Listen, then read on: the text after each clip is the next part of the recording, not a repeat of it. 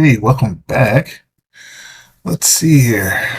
Ooh, JP Morgan issues stark bearish warning on Ethereum's. Hmm. We can. This video is kind of around Ethereum. Actually, it is.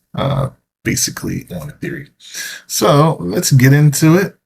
Bitcoin's price is at 103,000 roughly. It had dropped on some, news, tariffs, all that stuff. That's how it's going down. Let's see here. We got the predicted date is for March 26th of 2028, and we have 1,025 days left, and 150,805 blocks remaining. Yes. So, man, it's already like getting like crazy here and there, especially with the news. The news is really driving this market. It's taking over crypto, and it's going to be the norm, I think. I think the news is going to, for the time being anyway.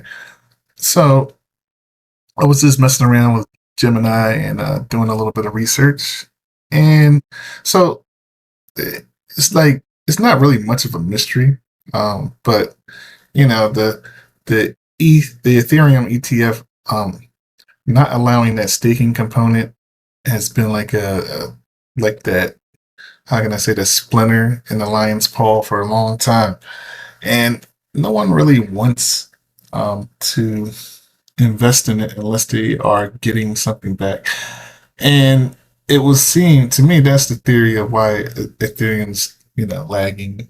I know the upgrades and stuff like that. I don't think that's the major piece. I do believe that people can see that they can get through that. It's just this changing of the guards and whatever innovation has. But I do see that the staking component being a major hurdle that needs to be addressed in order for Ethereum to really do well. And once it does, I do believe that it's going to have like a significant increase in the price effect.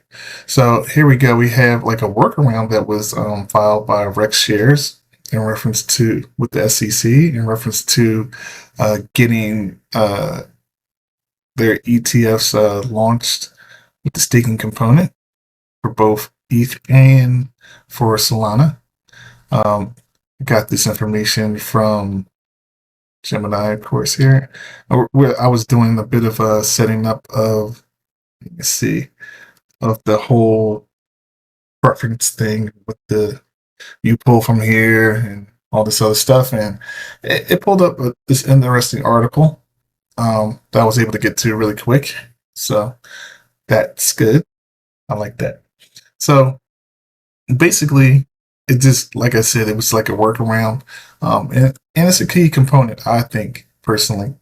And it has the possibilities to launch within a couple of weeks, which is even more exciting, I guess, especially while the market is going through what it's going through right now, and everything is kind of like down, and probably could even go further down. But I do know once there's a little bit of a headwind, eye of the hurricane, or just getting out of it, that there's going to be room enough for them to get this done and for there to be some significant price increases on the horizon. So it's already May. They were talking about the end of May, March. I mean, sorry about that. Like June. Okay, so like we're at the end of May. So May is done, and June is here. So we got a couple weeks to see what happens there. And if not, we still have the deadline. And I do believe the deadline, let's see, I think we were discussing that. Let's see. And I think the potential intermediate deadlines in late May or August. Okay. And the final deadline. All right. Yeah. October. I always got to go to the final. So between now and October, that is kind of a bit of a range. I mean, that's the deadline. They have the deadline there.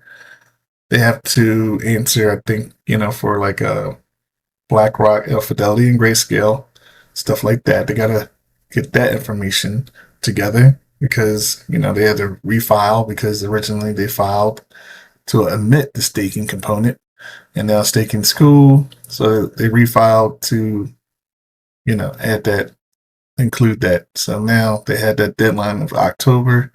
They could have answered it earlier, but they did not.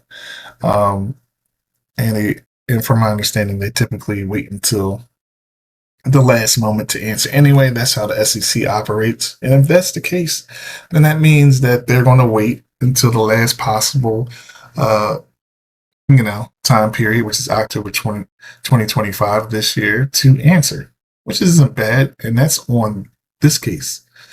On the case that we were just checking out with Rex shares, that one should be within a couple weeks. So there is a good potential, how can I say, good potential that ETH will, move up with, or that, the SEC at least will give an answer that's positive, and that will change the, the trajectory, change the pace and trajectory. If I said that right. I got both earbuds in my ear. That's my excuse. I can't even talk right. But it should change the whole, Ethereum sagging around this whole cycle. And yeah, and Solana could use a bump up too after that meme coin fiasco that like eviscerated. Man, that was bad. Just one bad thing after the other. So they do need some good news. Both of them. So that's my take on that.